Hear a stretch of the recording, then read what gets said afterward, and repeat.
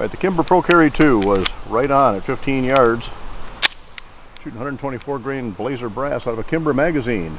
12-yard plates. Let's see how it works.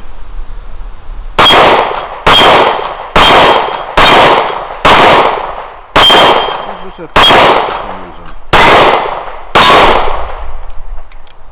I can live with it. Continuing with the great affordable 1911 series, we're in the 9mm commander size now. We have two guns that, for all practical purposes, are very similar. They're certainly similar in price. Either of these guns can be picked up retail for around the $750 bracket. That is, if you're considering a standard Ruger Commander in 9mm versus the Kimber Pro Carry II. This, however, is a limited edition, limited run. There were 500 of these. This is a Navy Special Warfare commemorative. So it has a little glitz on it. You might call this a poor man's Texas barbecue gun, just because it does have some shine to it, and it also picks up fingerprints very, very easily.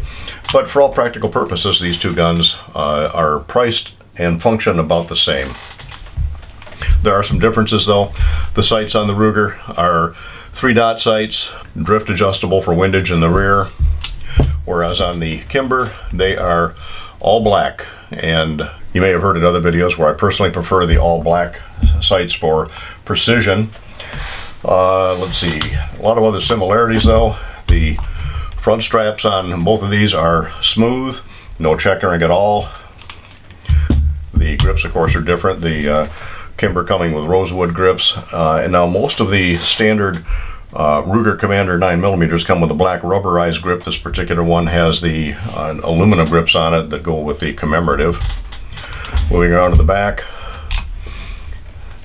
they both have checkering on the back, and it's similar checkering in texture. The Kimber checkering appears to be just a little bit coarser than that on the Ruger. Let's see what else other than the grip. Oh, the beaver tail safeties are a little different. The Ruger has a speed bump or memory bump on theirs, and you'll also see that the profile of that beaver tail is just a little bit different. It's wider on the Kimber than it is on the Ruger. None of those are really functional issues though. Neither one has front cocking serrations. The rear cocking serrations on the Ruger are chevron. You'll also find that same shape on the non-special or the non-commemorative one. Traditional coarse cocking serrations on the Kimber that are at the same angle as on the grip. Neither one is ambi safety. However, on the single-sided safety, you'll see a little bit of difference. By the way, these are unloaded and have been safety checked prior to this video.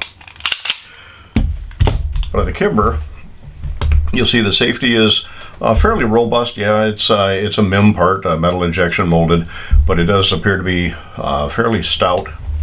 However, on the Ruger, the safety is slimmer in profile than it is on the Kimber. And even looking at it from the top, the width of the Kimber safety is just a little bit larger than it is on the Ruger. How well that Ruger one's going to hold up, so far it hasn't presented any problems, but then again, this gun does not have 200 rounds through it at this point, and I'm probably not going to shoot it an awful lot. Kimber, on the other hand, I have shot a lot. It was even my carry gun for a very brief period.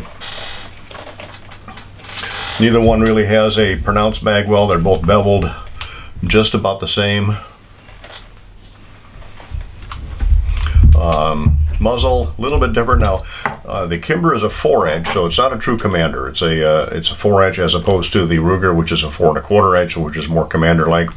That means that the Kimber, like most of their 4-inch Pro Carries, has a bull barrel, and also because of that has a full-length guide rod. The Ruger, on the other hand, has a bushing barrel and therefore does not have, in this particular one, does not have a full-length guide rod.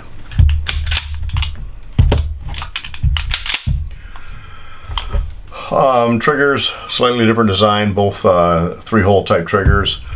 Both of these guns do have over travel stop. You can just see the hole there in the Kimber as well as the Ruger.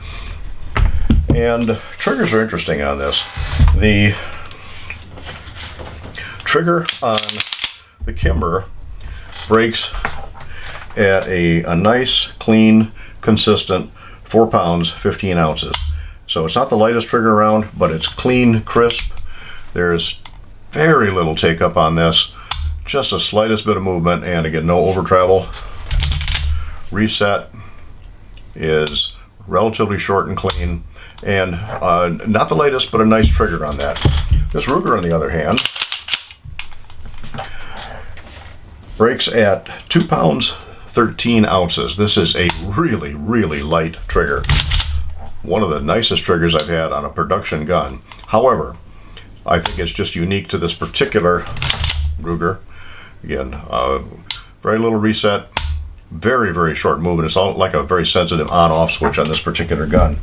I have 4 other Rugers, 3 of which you've seen already in part 2 of this great affordable 1911 series. You saw our full-size Ruger Navy SEAL Foundation. Trigger was pretty consistent, around 4.8 pounds on that one. The 2 Commanders you saw in part 9 ran about mid-4s. And I have a Ruger officer size coming up in part 21 of this series, which has a pretty consistent 4-pound trigger. So I expect that most Rugers are going to be around the 4-pound bracket, so somewhere fairly close to what the Kimber is. I think that the 2 pounds and change on this particular gun is an anomaly, whether it's because it's the limited edition, they put a little extra tension in the trigger, or just because that's the way this one worked out. I don't know. The weights on these guns are also pretty similar. Again, I weigh everything loaded. These are with 9 rounds of 124 grain ammunition in the magazine, 1 for the chamber. The Ruger comes in at 35.3 ounces, and the Kimber comes in at 35.4 ounces. So again, relatively consistent there. Not a lot of slide barkings. You know how I feel about slide barkings. It's very tastefully done in the Ruger, just with the NSW logo on the back and the Ruger logo on the back of the left-hand side. Nothing else on the slide on the Ruger. On the Kimber, it does say Pro Carry II, and Series 2 means that it has the firing pin safety block on this, so it's a Schwartz safety. The Ruger, on the other hand, has nothing in there, so it's a more of a Series 70 design. Let's see, on the other side, it just has the Kimber script logo. So again, a tastefully done, fairly plain slide markings on both.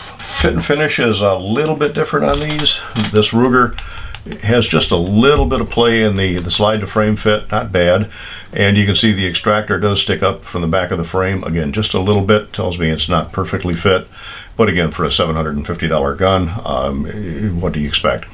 And I can feel a little bit of roughness in the frame to slide fit. Again, so it's not a really precision fitted gun. Kimber, much nicer fitted on the extractor to slide. There's almost, you feel just a little bit of play in the slide, not much at all. But what's really important is the barrel to slide fit, and there's no movement on the Kimber. There is just the slightest bit of movement on the Ruger, which may account for some of the accuracy issues. The slide to frame fit on the Kimber is, again, very nicely done. They did put a little bit of attention to the detail on this particular gun. So not a whole lot else to say about these. They're comparable guns. They do shoot different though. The Ruger shot a little high, and again, there's no elevation adjustment on these sights. About the only way to make this gun shoot a little bit lower is to put a taller front sight or a shorter rear sight on it. The Kimber, as you can see, was right on. As much as I really like the trigger on the Ruger, the accuracy to me on the Kimber was much better, and that shows up pretty much every distance I want to shoot at it. Now, when I did run the plates, you'll see that I did touch off the second shot of the plates just a little bit quicker on the Ruger. That trigger, again, if you're not used to that really light trigger, just the slightest pressure on it makes that switch go bang really quick. I will mention that I had a couple of minor problems with feeding on the Ruger, but again, it's only got 200 rounds to it. I've used a variety of ammunition types to it. The Kimber, on the other hand, my favorite ammunition is 124 grain. I'm not real picky about brand as long as it's reliable. However, when I first got this gun, I went through some 115 grains, and it didn't like those at all. So I finally started feeding it a regular diet of 124 grain. Went through a good 200 rounds of ammunition, the 124s. even put in some 135s in it and a few 147s. And after that, it has run the 115 grain ammunition quite reliably. So a little bit of break-in period with it. And again, with good tightly fitted 1911s, these days it looks like you got to break them in. They're not like the out-of-the-box polymer guns.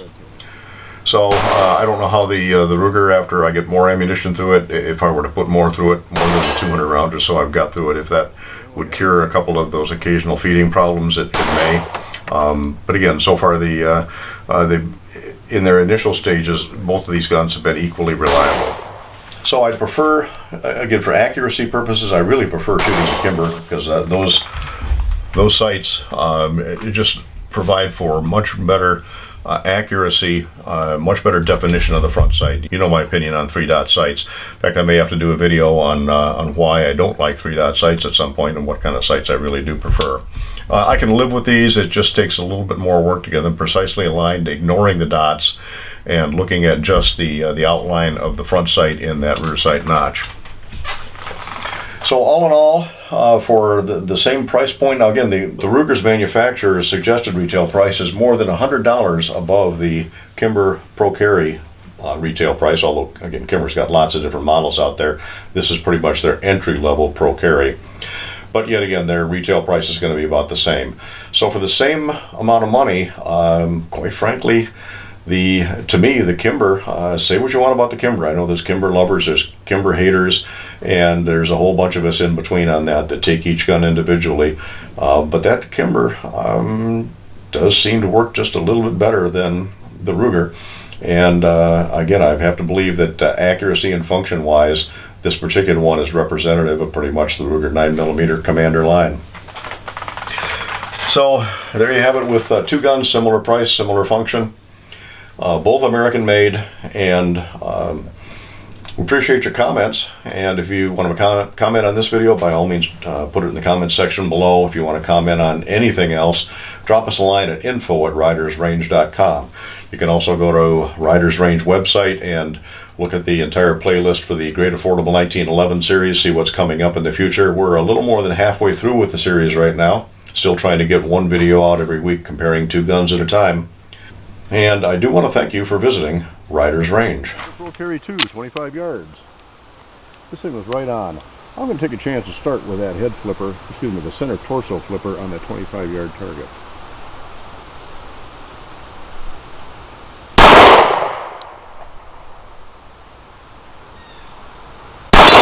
There we go. How about the head flipper?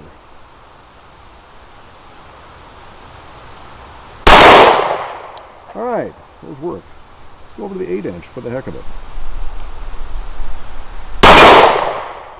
12-inch should be easy. I'm not going to bother with a silhouette. Oh yeah, I am. It rings better. 10-inch. The other 10.